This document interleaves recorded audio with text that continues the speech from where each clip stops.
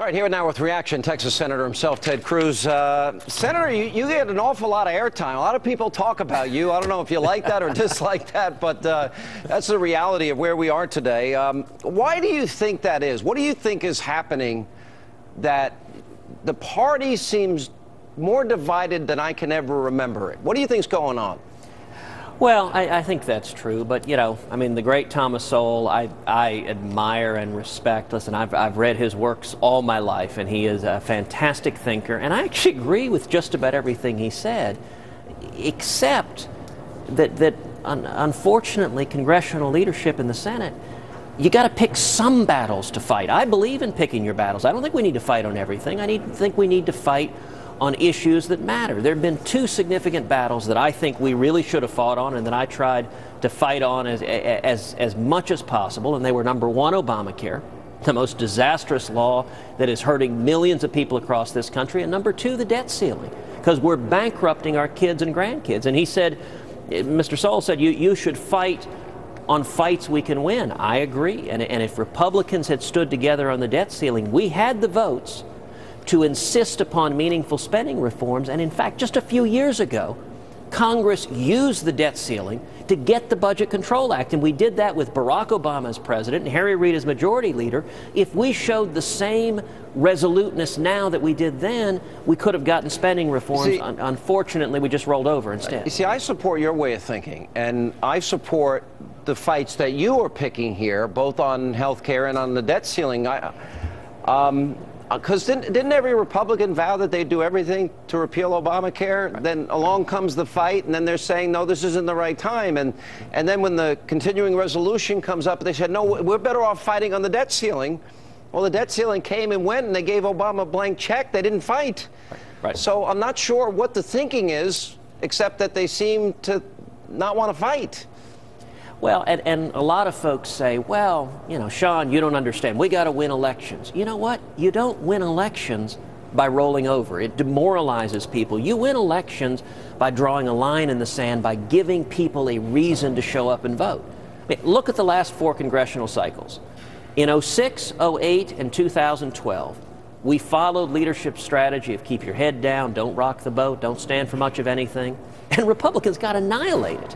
The one election that was a good election for us, 2010, we drew a line in the sand. We said we will fight with every ounce of our strength against Obamacare. We're going to stop bankrupting our kids and grandkids. And we won an epic, historic tsunami of an election. That's how we win in 2014. That's how we take the Senate, taking principled stands with the American people. Didn't Reagan take on the establishment in '76 and challenge a sitting president? And didn't Newt Gingrich have a pretty bold agenda with the contract with America? I don't think if I asked most people what the Republican Party stands for today that I would get a coherent answer. I don't think people would know. That's been the pattern over and over again. And listen, the battle for who the Republican Party is not new. You go back to the Rockefeller Republicans, you go back to Reagan and Ford in '76, you go back to Bob Michael and Newt Gingrich. The pattern has been, there have always been voices in D.C. who say, don't pick a fight, don't stand for anything, it's not, that's the path to victory, but they keep losing elections. We win elections not when we fight everything. I don't think we should fight everything. I think we should take principled stands with the American people on things that matter. Not bankrupting the country is right up at the top of that list. I've been suggesting 5 things. 1, the penny plan to balance the budget, because that reins in spending. We stop robbing from our kids. 2, I think I think we ought to duplicate North Dakota, and that means open up energy production all over the country. Fracking, oil, gas production, coal production. Yep. I think the 3rd thing, you control the borders. The 4th thing is that you have an alternative to Obamacare. You tell me, are these 5 things that I would think the alternative party in the country can agree with? Well, Sean, to quote Jerry Maguire, you had me at hello. I'm trying to get an answer. I completely agree. Yes, yes, yes, and yes. And you're exactly right. But look, that's presenting a positive pro-growth vision. There is a better way. We can bring back economic growth. We can get people back to work, but not continuing down the road of the Obama economic policy, which is hurting millions of Americans all across this country. Are you seriously considering, a lot of people banter your name out, that you might consider a run for the presidency in 2016? Have you thought about that at all? Well, I appreciate the question. You know, what I can tell you is my focus right now is on the Senate, on trying to win control of the Senate. I think Republicans can take control of the Senate in 2014.